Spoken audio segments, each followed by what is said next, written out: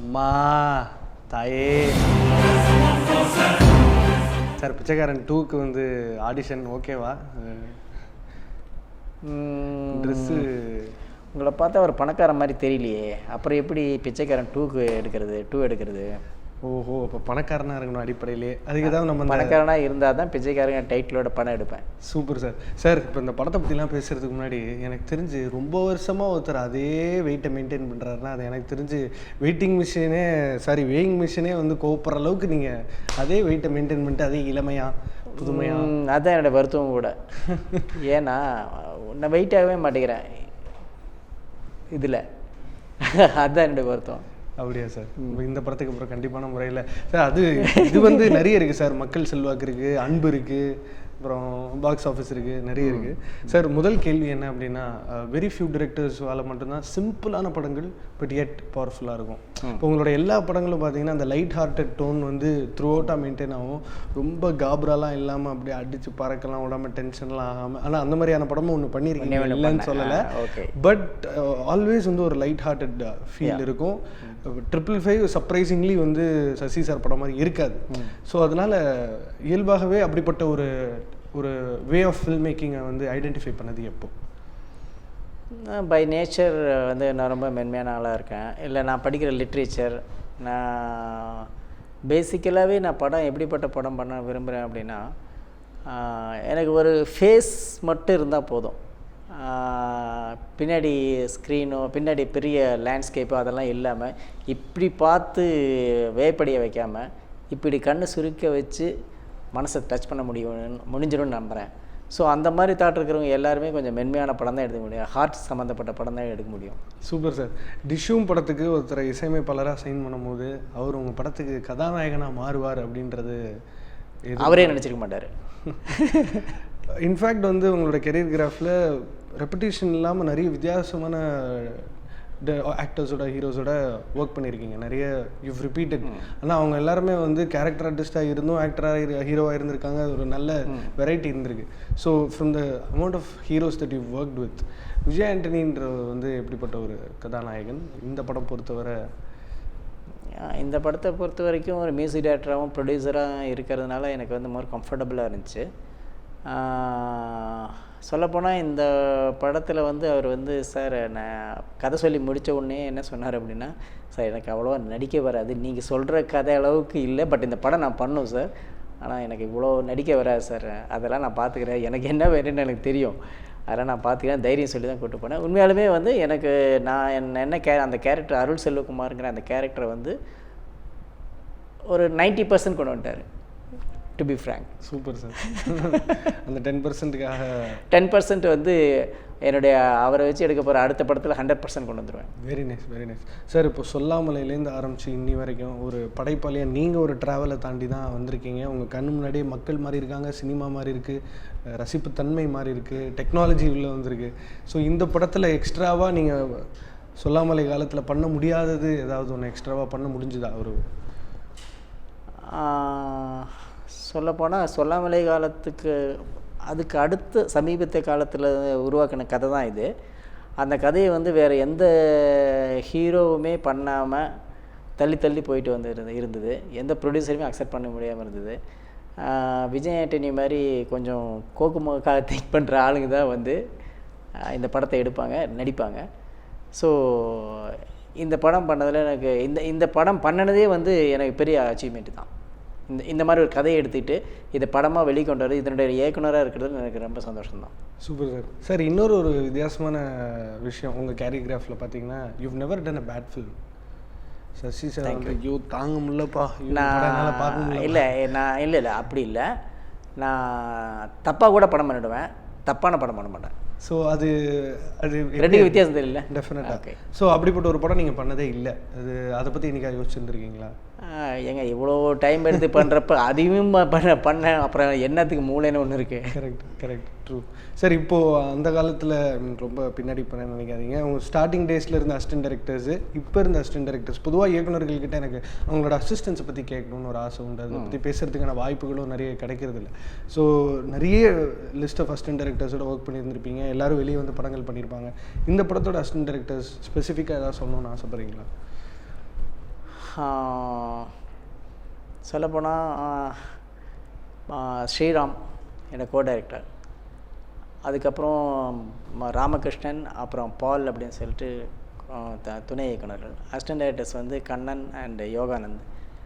இவங்களுக்கு என்ன மற்ற படத்தில் இல்லாத இது என்ன எக்ஸ்போஷர் அண்ட் அவங்களுக்கு பிரச்சனை இருந்தது அப்படின்னா, இந்த டவுன் ட்ராடன் பீப்புள்கிட்டே பழகணும், பிளாட்ஃபார்ம் லைஃப்லேயே வாழணும், அப்புறம் வந்து பெக்கர்ஸை பற்றி நிறையா டீட்டெயில்ஸ் கலெக்ட் பண்ணணும். இது வந்து என்னுடைய மற்ற பட அசிஸ்டன்ட் டைரக்டர்களுக்கு கிடைக்கல. இந்த படம் அசிஸ்டன்ட் டைரக்டர் அவங்க ரொம்ப சிரமப்பட்டாங்க. அதுக்காக அவங்களுக்கு ரொம்ப பெரிய தேங்க்ஸ். அப்புறம் எனக்கு எப்படி இந்த படம் வந்து ஒரு எப்படி ஒரு பெக்கர்ஸ் லைஃப்பை கொண்டு வரதுக்கு நான் சிரமப்பட்டிருக்கணும்.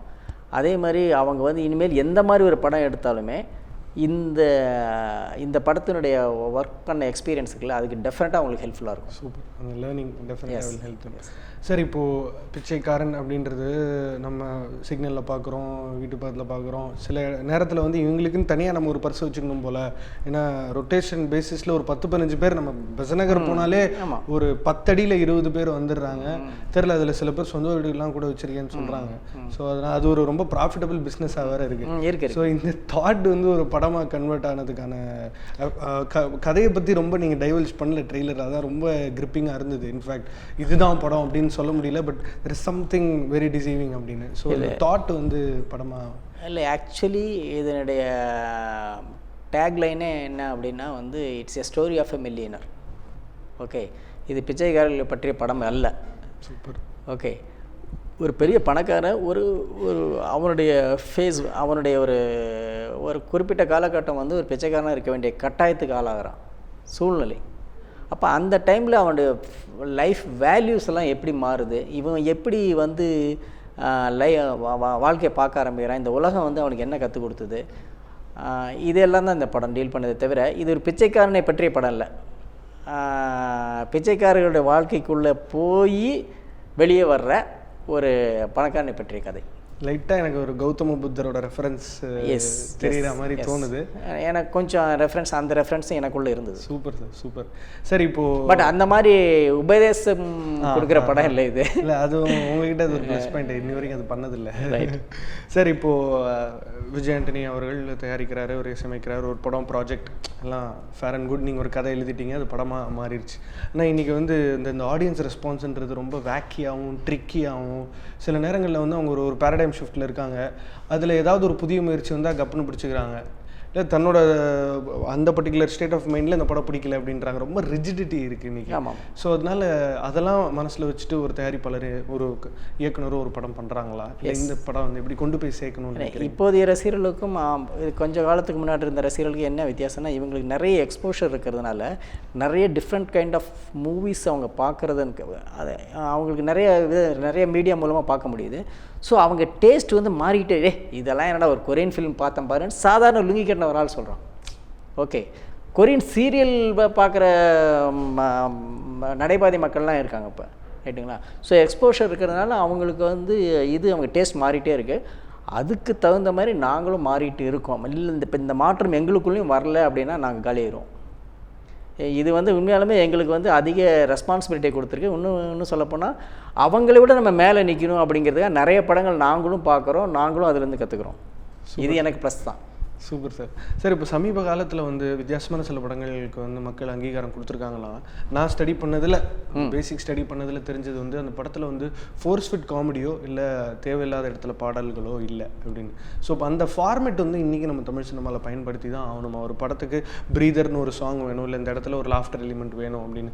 ஸோ நீங்கள் ஒரு ஸ்க்ரீன் பிளே பேட்டர்ன் படி போகும்போது பிச்சைக்காரன் எப்படி வேரி ஆகுது, ப்ளஸ் இந்த படங்களில் குறிப்பாக இந்த படத்தில் என்ன மாதிரியான சேஞ்சஸ் அண்ட் ஆல்ட்ரேஷன்ஸ்? இப்போ விசாரணை மாதிரி படம் பண்ணும்போது அங்கே வந்து ஒரு பாட்டை சொருகிறதோ வந்து ஹியூமருக்குன்னு சொல்லிட்டு ஒரு ஸ்பேஸ் கொடுக்குறதோ வந்து டெஃபினட்டாக தப்பான ஸ்க்ரீன் பிளே. பட் நான் இந்த படத்தில் நான் எடுத்துக்கிட்ட கதையில் வந்து எல்லாமே நான் வந்து பிச்சைக்காரன கதையா, சரி அழ வைப்பான் இவன் கதையாக உபதேசமாக சொல்ல போகிறான், இவன் வந்து மக்கள் கீழ்த்தட்டு மக்களை பற்றி சொல்கிறேன்னு சொல்லிட்டு நம்ம சாகடிக்க போகிறான், இப்படியெல்லாம் நினச்சி வர்றப்ப இதெல்லாம் நினச்சி வருவோம். அப்படின்லாம் இல்லாமல் அதுவும் மிக்ஸ் பண்ணி என்ன விதத்தில் மிக்ஸ் பண்ணி கொடுக்கணுமோ blend பண்ணணுமோ அப்படி blend பண்ணியிருக்கேன். ஏன்னா இந்த படத்தை வந்து நான் உண்மையாக சொல்லப்போனால் இந்த பிச்சைக்காரங்க டைட்டில் வச்சுக்கிட்டு இந்த கோல்டன் கலர் கொடுத்து மேலே வந்து அந்த க்ரௌன் ஒரு கிரீடம் ஒன்று வைக்காமல் நீங்கள் இதை டிசைன் பண்ணியிருந்தீங்கன்னு வச்சுக்கோங்களேன், ஒரு பையன் உள்ளே வர மாட்டான். ஸோ அந்த டைட்டில் டிசைன்லேருந்து யோசிக்கிறோம், எப்படி இந்த லுக்கு எப்படி இருக்கணும், என்ன கொடுத்தா இவங்க உள்ளே வருவாங்க, அப்போ அந்த இன்ஜெக்ஷன் போட்டு அனுப்புவோம் அப்படின்னு பிளான் பண்ணி பண்ணுறது தான். ஸோ எல்லாமே எல்லா விதமான எமோஷன்ஸும் பிளெண்ட் ஆகிருக்கும் சார். இதில் பாடலுக்கு இடம் இருக்குது. ஆனால் இந்த படத்தில் இந்த அவுட்டோர் லொக்கேஷன், பெரிய லொக்கேஷன் போயோ இல்லை வந்து டான்ஸ் வச்சோ சாங்ஸ்களை எல்லாமே வந்து மாண்டேஜ் சாங் தான். Super sir. சார் இப்போது ஒரு டைரக்டருக்கு இன்னொரு முக்கியமான விஷயம் வந்து collaboration, collaborating with the right people at the right time தானே film making. Invariably you brought in a lot of techniciansum, music டைரக்டரும் இன்ட்ரடியூஸ் பண்ணியிருக்கீங்க, ஹீரோயின்ஸும் இன்ட்ரடியூஸ் பண்ணியிருக்கீங்க. ஸோ இந்த படத்தில் once again you're coming up with ஒரு தமிழ் சினிமாவுக்கு ஃப்ரெஷ் ஃபேஸ் அப்படின்னு வேணால் சொல்லலாம். ஸோ அந்த ஹீரோயினை ஆடிஷன் பண்ணி இந்த படத்துக்கு கொண்டு வந்த அந்த ப்ராசஸ். இன்ஃபேக்ட் நான் வந்து கதை சொல்லி முடித்த உடனே வந்து உடனே ஷூட்டிங் போகணும் சார் அப்படின்றார். ஒரு 1.5 months ஷூட்டிங் போயிட்டு இருந்தது, லொக்கேஷன் பார்த்து மற்ற ப்ரீ ப்ரொடக்ஷன் ஒர்க்கெல்லாம் பண்ணி. இதில் வந்து ஹீரோயின் வேறு செலக்ட் பண்ணணும் அப்படிங்கும்போது சரி அது முக்கியமான வேலையாச்சு. அந்த ஃபஸ்ட் ஷெட்யூல்லையே நாங்கள் ஹீரோயினோட போர்ஷன் இருந்தது. அவங்க ரொம்ப தயக்கத்தோடு விஜயாண்டி சொன்னார், ஒரு சலீமில் ஒரு பொண்ணை சூஸ் பண்ணி வச்சுருந்தேன் சார், லாஸ்ட் மினிட்ல அவங்கள யூட்டிலைஸ் பண்ண முடியாமல் போயிடுச்சு, நீங்கள் பாருங்கள் அப்படின்னு சொல்லி எனக்கு ஃபோட்டோலேயும் இம்ப்ரெசிவாக இருந்தாங்க. அப்புறம் ஆடிஷன் பண்ணி பார்த்தேன், நான் நினைச்ச அந்த மஹி அப்படிங்கிற ஒரு கேரக்டர் அந்த பொண்ணு கரெக்டாக பிரதிபலித்தாங்க அதை.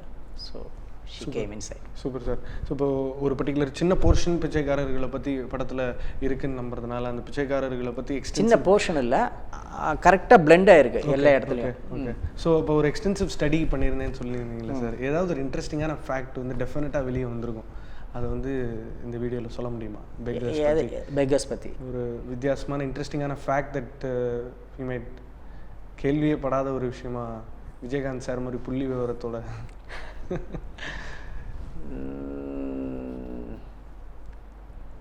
ஒரு எங்கள் அசிஸ்டன்ட் டைரக்டர் வந்து ஒரு பைத்தியக்கார பொண்ணை ஃபாலோ பண்ணி மார்னிங் 6 o'clock ஃபாலோ பண்ணிட்டு போய் வீடியோ கேமராவில் ஷூட் பண்ணிட்டே போயிட்டு நைட்டு வரைக்கும் அந்த பொண்ணு என்னென்னலாம் பண்ணுது அப்படின்னு ஃபாலோ பண்ணிட்டே போனாங்க. அப்போ எங்களுக்கு தெரிஞ்ச விஷயம் என்ன தெரியும், 3 பேர் அந்த பொண்ணை ஸ்பாயில் பண்ணுறதுக்கு ட்ரை பண்ணுறாங்க. இதெல்லாம் வீடியோவில் இருக்குது. அந்த பொண்ணு ஏதோ ஒரு இன்ஸ்டிங்க்டில் ஹேப்பான்னு சொல்லிட்டு போகுது. இதில் வந்து ரொம்ப ஷாக்கிங்கான இது என்னென்னா, ஒரு 75-80 வயசு தாத்தா ஒருத்தர் கையில் வந்து ஒரு 50 ரூபா நோட்டை வச்சுட்டு அந்த பொண்ணை ஃபாலோ பண்ணுறாரு. அப்படி ஃபாலோ பண்ணுறாரு. ஷாக்கிங். கடவுளே.